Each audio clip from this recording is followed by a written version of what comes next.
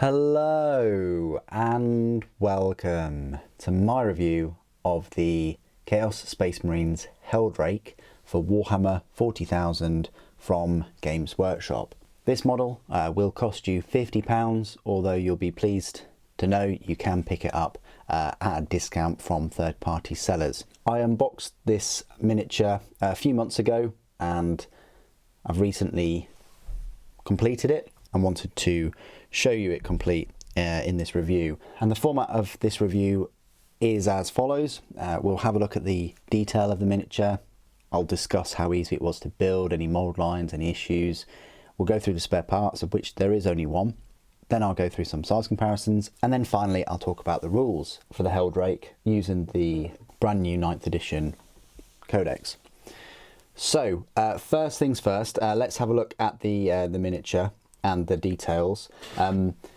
It's quite an iconic miniature now, over these past sort of 10 years or so that it's been out. It's one of Chaos Space Marines' only flyers. You know, we're spoilt for choice with flyers for Space Marines and Orcs and even Eldar that, you know, we don't have you know, Chaos Space Marine drop pods. We don't have any kind of Chaos Space Marine fighters or anything like that, which is a real shame, really.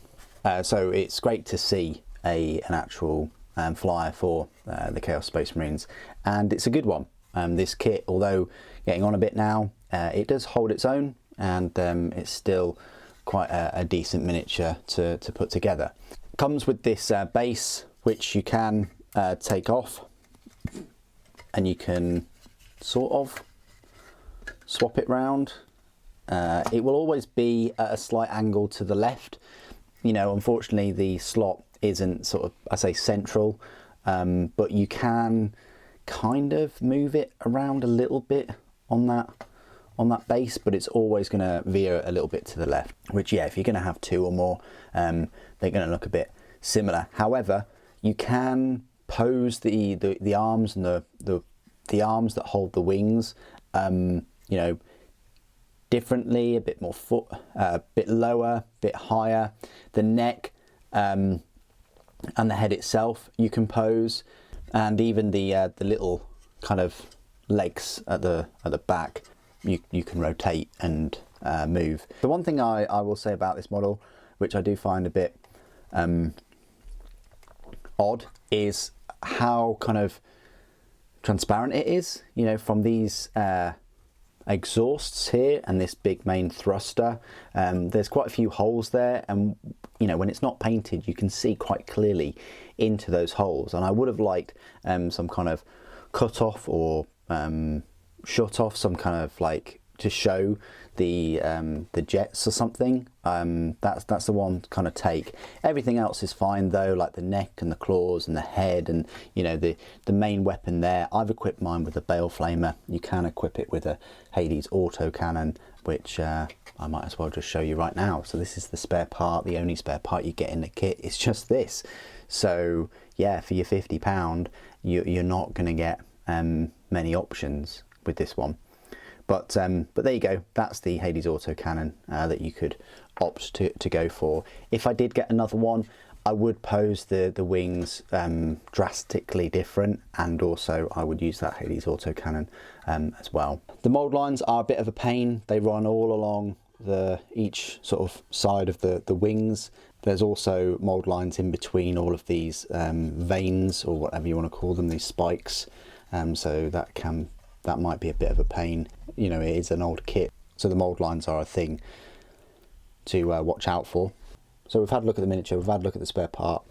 Let's go through the size comparisons. Now, I don't really have any, you know, Chaos Space Marine flyers to compare it to, which is a bit of a shame, but I do have some other Chaos Space Marine units to give you an idea of how big the Heldrake is, because I wasn't sure myself how big it is. I mean, the biggest part of the Heldrake is those wings. I don't think it's going to be too difficult to transport around, but this is it next to a venom crawler. So if you're familiar with the size of a venom crawler right here, it's, you know, a fair bit bigger than one of those. I've got a rhino as well, and this is just a Horus Heresy rhino, but Yeah, hopefully this helps you understand kind of how big it is. It is a fair bit bigger than a Rhino, you know, in terms of wings and the amount of space it sort of takes up. So that's it next to one of those. And then I have an Obliterator, which are pretty big. I've got a Chaos Terminator, a Possessed. Possessed are bigger than Terminators, maybe I should put them that way around. And then a Chaos Space Marine and a Cultist. So yeah, if you've got one of these, it's definitely going to be, you know, one of the largest Chaos Space Marine units you have, if you don't own any Land Raiders or any Chaos Knights. It's a bit of an awkward shape because it's slightly on one side, so you just got to be a bit cautious about, you know, where to place it so it doesn't hit or knock off any of your models.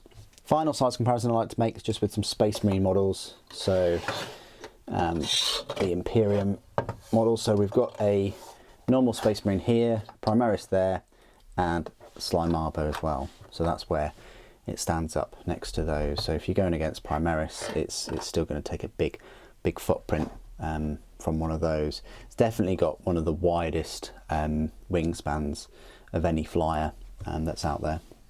Okay, so this is my part of the review where I will go through all of the rules for the Heldrake. The Heldrake is a flyer option. It's the only flyer option in the Chaos Space Marine Force, which is, again, a shame, you know, that they don't have drop pods and they don't have a flying means to transport their units around. Some kind of corrupted Storm Raven would be pretty good at this point. Its power points cost is a 9. And its points cost is 165, so it is a bit pricey. You know, you really got to make sure that it will be able to make up its points cost. What do you get for these 9 power points? Well, it's one of these units where the number of wounds remaining affects its overall stat line. So it starts off with 12 wounds, and if it has 7 or more wounds remaining, its movement speed is 20 inches to 60 inches, so pretty fast. Weapon skill 3+, ballistic skill 3+, strength 7, toughness 7, 5 attacks, leadership 8, and a save of 3+. If it's got between 4 and 6 wounds, then its movement speed drops to 20 inches to 45 inches, and weapon skill and ballistic skill both drop to 4+. If it has between 1 to 3 wounds remaining, its movement speed drops to 20 to 30 inches, and then the weapon skill and ballistic skill both drop to 5+. Heldrake is equipped with a Hades autocannon and Heldrake claws. The Hades autocannon, we might as well just talk about that to begin with. It's a 36-inch range, heavy 4, strength 8, AP -2, damage 2 weapons. That's pretty decent. You know, it's got that decent range. It's got an alright number of shots, but one of the beauties about it is that strength 8 and the AP -2 and a damage 2. You can replace the Hades autocannon with one Bale Flamer, so that reduces the range by half, so 18 inches, but you're now getting Assault 2d3, so potentially 6 shots there, which is only 2 more than the Hades autocannon, but it takes a hit with the strength at only strength 6, and the AP is the same at -2 and the same for the damage at 2. Each time an attack is made with this weapon, that attack automatically hits the target. I mean, probability wise, you're going to get the same number of shots as the Hades autocannon, but at half the range. However, you know, all those shots are going to hit automatically, and it's just whether you think it's worth the drop in strength. The Heldrake claws, they are a melee weapon. The strength of the user, which is still 7, AP -2, damage 2. Each time an attack made with this weapon is allocated to an aircraft model, that attack has a damage characteristic of 4. So that's pretty good. It gives you an incentive to get this into close combat with an aircraft unit. Pretty much this flyer is great against units that have, you know, 4+ saves or 5+ saves. So I'm looking at Astra Militarum and possibly Eldar really, and definitely great against Tyranids and Orcs, who predominantly don't really get a save. Abilities, it does have a decent number of abilities. Let the Galaxy Burn and Demon Engine. Explodes. When this model is destroyed roll 1d6 before removing it from play. On a 6 it explodes and each unit within 6 inches suffers d3 mortal wounds. Airborne Predator.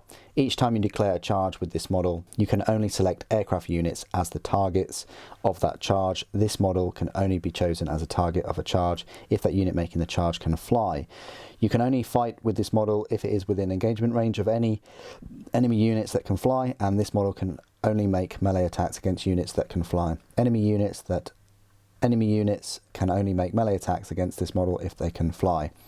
So, you know, it definitely, there's an incentive there for you to get this flyer into close combat with other flying units. Supersonic. Each time this model makes a normal move, advances or falls back, first pivot it on the spot up to 90 degrees, then move the model straight forwards. It cannot pivot again after the initial pivot. Hard to hit. Each time a ranged attack is made against this model, subtract 1 from that attack's hit roll. That's fair enough. Hover jet. In your command phase, this model can hover. If it does so, then until the start of your next command phase, its move characteristic becomes 20 inches and it loses the airborne predator, hard to hit, and supersonic ability. So it loses all of those, so it can't attack anything in, you know, any flying units in close combat if it does that. Hunter in the skies. Each time this model makes an attack against a unit that can fly, add 1 to that attack's hit roll. That's pretty decent. Keywords: Chaos, Heretic Astartes, Traitoris Astartes, Vehicle, Aircraft, Demon, Demon Engine, Fly, and Heldrake.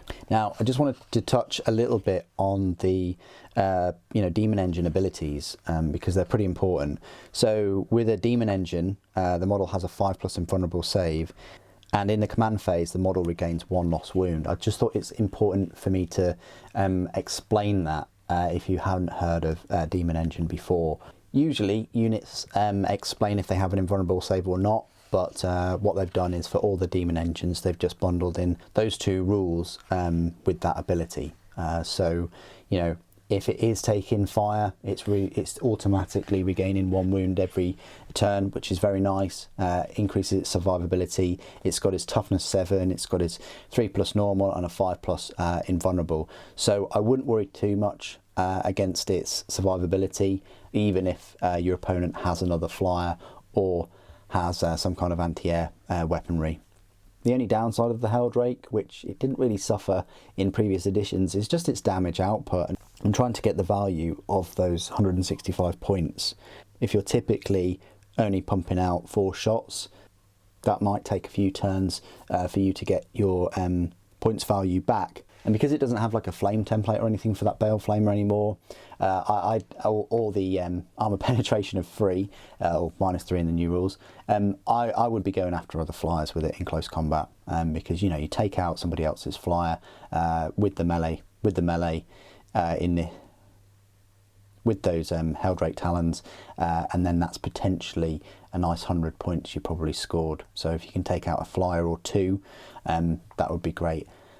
I would have liked to have seen some kind of extra special rules, like some kind of flame bombs or kind of torrent rules, or even kind of like a las talon or las cannon, or, you know, something anti-armor from this. But as it stands, you know, yeah, strength 8 is all right, but I'd like to see something a bit more focused against heavy armor and other elite units. What do you guys think of the Heldrake, both the model and the rules? Please do put your thoughts and opinions down in those comments below. As always, it'd be great to hear from you. Thank you for joining me today. Thank you for watching. Death to the False Emperor.